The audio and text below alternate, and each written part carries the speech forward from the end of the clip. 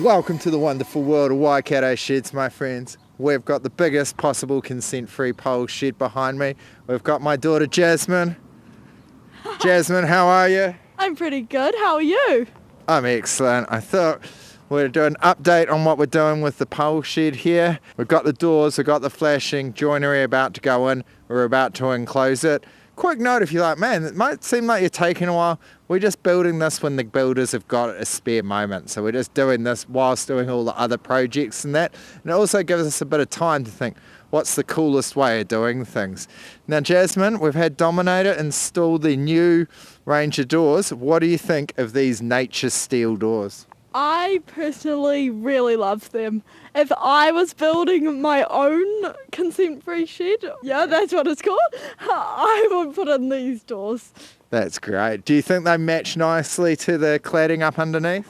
Yes, I was walking past earlier today and I noticed it and thought, wow, that's an amazing shed.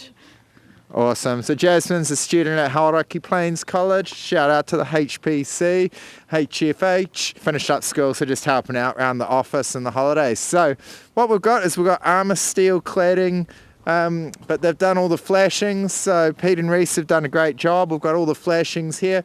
We've flashed all up and all around in there. So we've gone for a very detailed flashings, but we like that. We want to show it off, and this is definitely a high-end shed.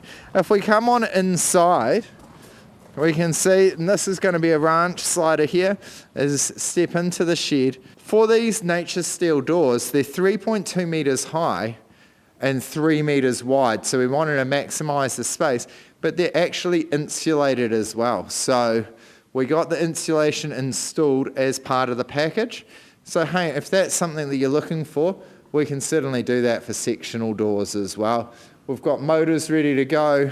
We've got the wiring starting on this, consent-free. So obviously we can do full electrics in this shed because Sparkies get to sign off all their own work, as plumbers are about to get to do as well in 2025. So AE Electrical, they came here, partied last Friday night with us. So shout out to the team there. Rowan in the office, Brad and Terry running the show, but our main man on site, Boston, Jared, you guys are legends. So we're going to have full power going through all of this situation in here. And then we've got this joinery here. If we go over from City Glass, Jasmine, do you notice anything about this joinery?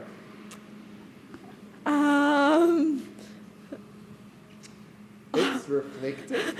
Oh, yes, now I see. Yes, I can see myself in it. That's pretty cool, I gotta admit. That's cool. So that's an idea we've thought in. So this is all double glazed joinery, and we've actually made it reflective. So when it's installed in here, people won't be able to see into it to see what's actually going on inside our shed.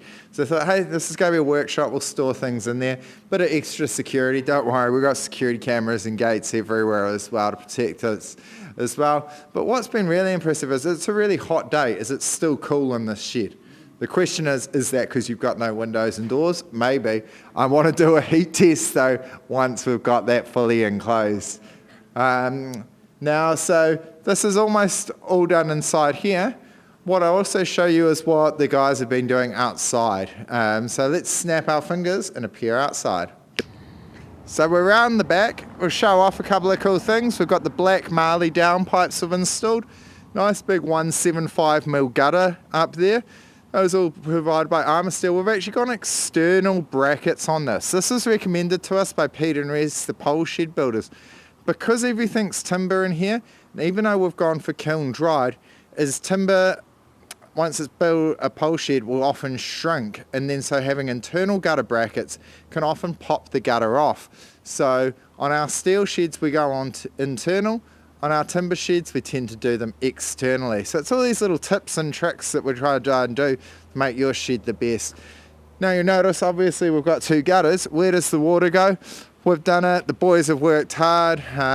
Roy's on the digger, then we had Jack and Owen and Mark doing the drainage. So we've run it to a soak pit here. So we've got the gutters for both these consent-free sheds. They've gone in and all those water in there into a soak pit.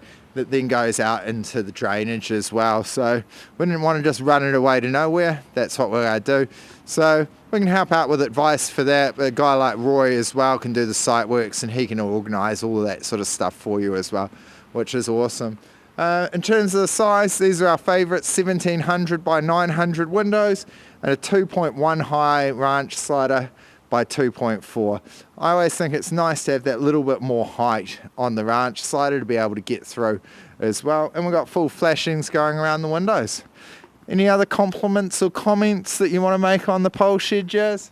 I just think it's all round awesome. That's all I've got to say. All round awesome. That's it. Shout out to Jazz. It's her birthday on Friday. Happy 16th birthday, Jazz. High five. All right. That's it. We'll be checking in on the early in the new year. We'll have all the joinery in. We'll have the electrics going on. And we'll have the ply going up around the walls. So we'll let you know how that's going. But any questions that you want to know about building either a pole shed, consent-free or with a consent, just drop us a question below. And I'm happy to help out. But otherwise, we'll let you go. And as you know, great sheds done right.